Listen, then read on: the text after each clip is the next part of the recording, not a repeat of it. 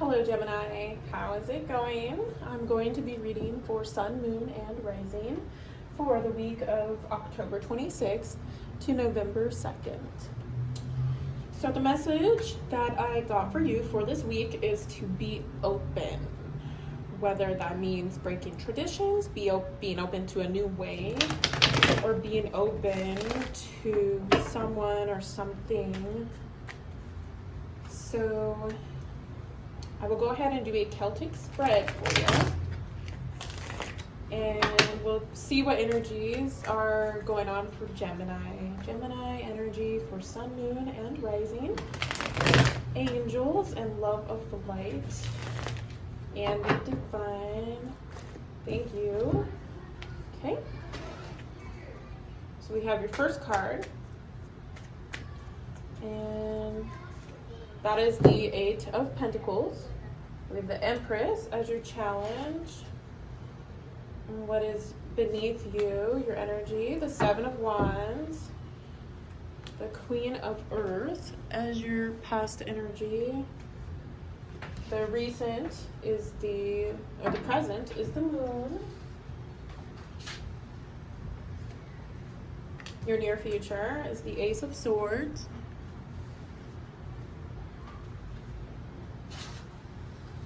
Your suggested approach or how you see yourself is the Nine of Earth.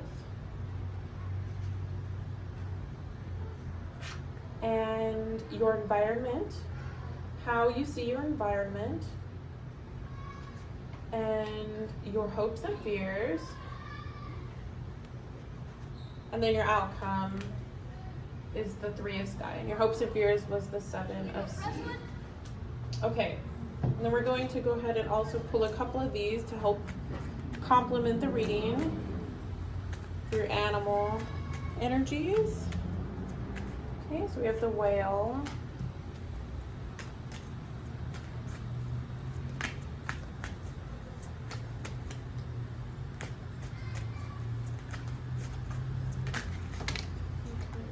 We have the Moth. And we have the Spider as an extra card. Okay.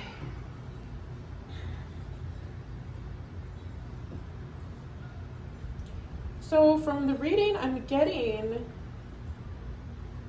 that you want to be happy. You want things to go a certain way. But there might be a challenge with how you are controlling things or how the flow of things is going. So for your core energy, we have the Eight of Pentacles or the Eight of Earth, the cats right there. And this is generally a card of somebody working really hard on something.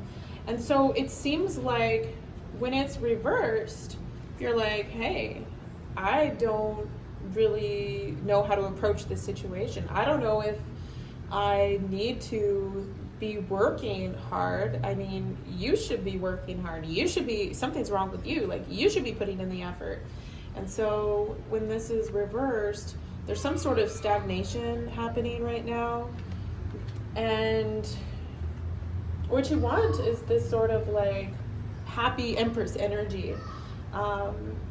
And that seems to be the challenge of being happy and content with where you are in life, where you are in your situation.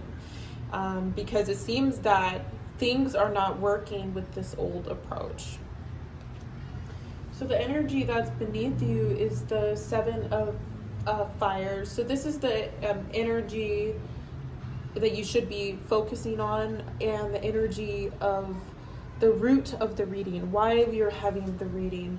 And this is symbolizing a lot of struggle with whatever these ideas are of how things should be. There is this it seems like this duality or this battle, this wanting things to be a certain way, and they're not going that way. And it seems that maybe letting go of how things should be will actually make what you want to work out. It just might not look like the way you want it to. And so as the Earth Queen in the reverse position for your past, it looks like you came up with some sort of idea of how you want things to be. And as a reversal though, I mean, it's still a solid idea, but then it just seems like there's some things that maybe didn't go in the way that you wanted them to go.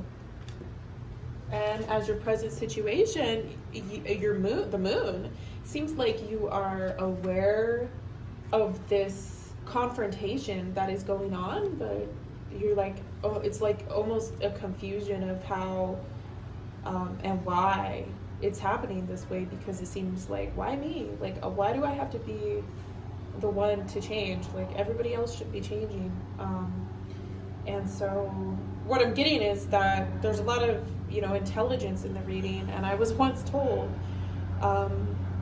in a Reiki class I was taking at some point in my life that you have to let others move at their own pace, because not everybody knows what you know, and you also just have to have faith that everybody is working at their own pace. And in your near future, this is pretty incredible. Something's going to happen, and you're going to have some sort of revelation on something, and you're really gonna know, like, whatever it is, whatever decision or choice, or this confusion, this battle of how things have been. And this could very well be, hey, you know what, whatever the situation is, it's not up to my standards, and I feel like cutting it off because that's just not me. That could be the situation. But whatever is going on, you're gonna know how to proceed. The energies in the universe are going to support you, because I see with this outcome card right here, with the Three of Swords in reverse, that's really coupled with this Ace of Sky, like right side up. I feel like you're really going to have an idea of how you can clear this sort of moth energy of sort of like wishy-washy, I don't know.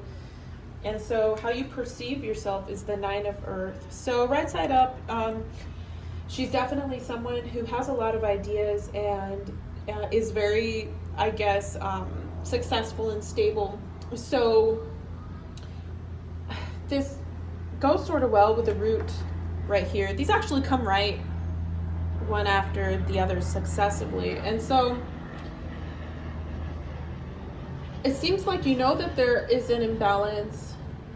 That there's something that is off with the situation, and you are not content with it. You want, like, the challenge is to be content, and it just seems like you're not. And then we have your environment with the Chariot reversed. And so with the Chariot reversed, it seems like there is this stuck, stagnant energy of wanting to, like, move forward, and you will. And then the Seven of Sea, or you're going to at least have more clarity. The Seven of Sea reversed, or the Seven of Cups reversed, is a card that can represent many things. And so options, I feel like this being reversed is as your fear and your love position. Is